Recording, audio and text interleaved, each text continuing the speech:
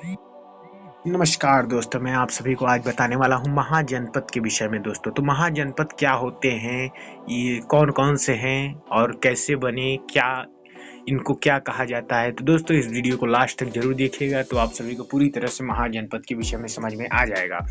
तो दोस्तों चलिए चलते हैं, वीडियो स्टार्ट करते हैं। तो यहाँ पे मैंने लिखा है उसको पूरी तरह से। तो महाजनपद 6ठी शताब्दी ईस्वी पूर्व में कुछ साम्राज्यों के विकास और वृद्धि हुई जो बाद में प्रमुख साम्राज्य बन गए और इन्हें महाजनपद या महान देश के नाम से जाना जाने लगा था। इन्होंने उत्तर पश्चिमी पाकिस्तान से पूर्वी बिहार तक तथा हिमालय के पहाड़ी क्षेत्रों से दक्षिणी में गोदावरी नदी तक अपना विस्तार किया। आर्य यहाँ की सबसे प्रभावशाली जनजाति थी जिन्हें जनस कहा जाता था।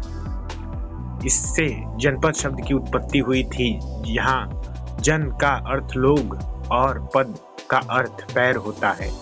जनपद वैदिक भारत के प्रमुख साम्राज्य थे। महाजनपदों में एक नए प्रकार का सामाजिक राजनीतिक विकास हुआ था। महाजनपद विशिष्ट भौगोलिक क्षेत्र में स्थित थे। 600 ईस्वी पूर्व से 300 ईस्वी पूर्व के दौरान भारतीय उपमहाद्वीपीय द्वीपों में 16 महाजनपद थे। तो उनके नाम कुछ इस प्रकार हैं। पहला अंग अश्मक, अवंती, छेदी, कंधार, कंबोज, काशी, कौशल, कुरु, मगध, मल्ल, मत्स्य, पांचाल, सूरसेन, वज्जी, मत्स्य, मगध साम्राज्य। तो मगध साम्राज्य ने 684 ईस्वी पूर्व से 320 ईस्वी पूर्व तक भारत में शासन किया। इसका उल्लेख महाभारत और रामायण में भी किया गया है। यह 16 महाजनपदों में सबसे अधिक शक्तिशाली था।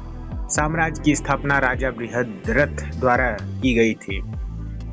रायगढ़ राजगीर मगध की राजधानी थी, लेकिन बाद में 4ठी सदी ईस्वी पूर्व से इसे पटलिपुत्र में स्थानांतरित कर दिया गया। यहाँ के लोगों का इस्तेमाल उपकरणों और हथियारों का निर्माण करने के लिए किया जाता था। हाथी जंगल में पाए जाते थे जिनका इस्तेमाल सेना में किया जाता था।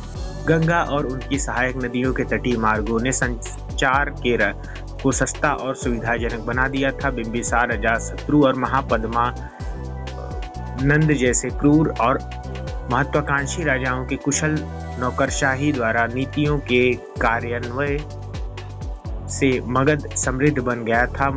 मगध का पहला राजा बिंबिसार था जो हर्यक वंश का था।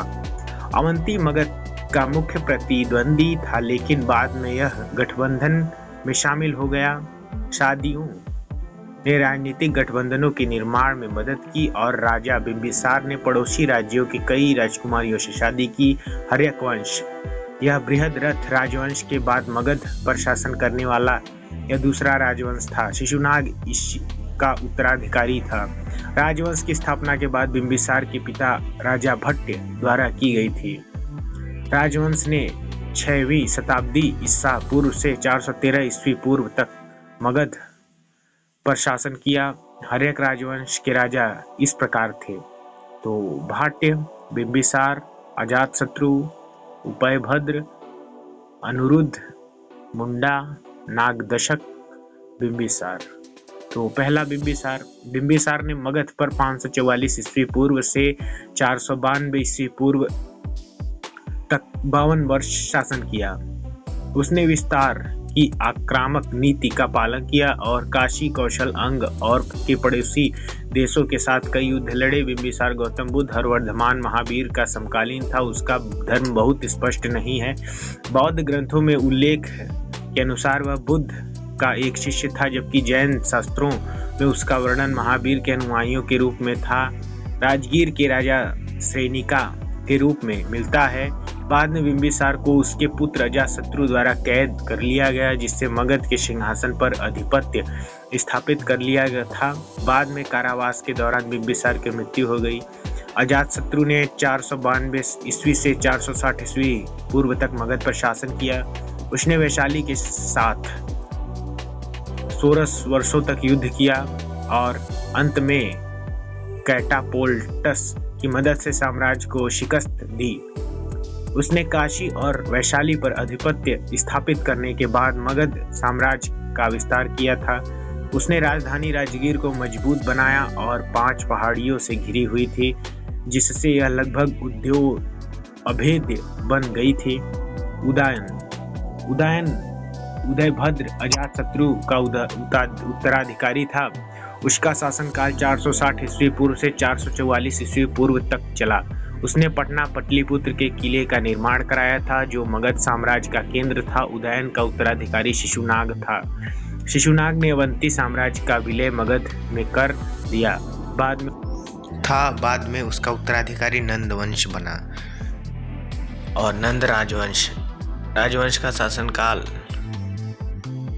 345 ईस्वी पूर्व से 321 ईस्वी पूर्व तक चला था। महापद्मानंद नंद राजवंश का पहला शासक था, जिसने कलिंग का विलय मगध साम्राज्य में कर दिया था। उसे सबसे शक्तिशाली और क्रूर माना जाता था, यहाँ तक कि सिकंदर भी उसके खिलाफ युद्ध लड़ना नहीं चाहता था। नंद वंश बेहद अमीर बन गया था। उन्होंने पूरे साम्राज्य में सिंचाई परियोजना और मानकीकृत व्यापारी उपायों की शुरुआत की।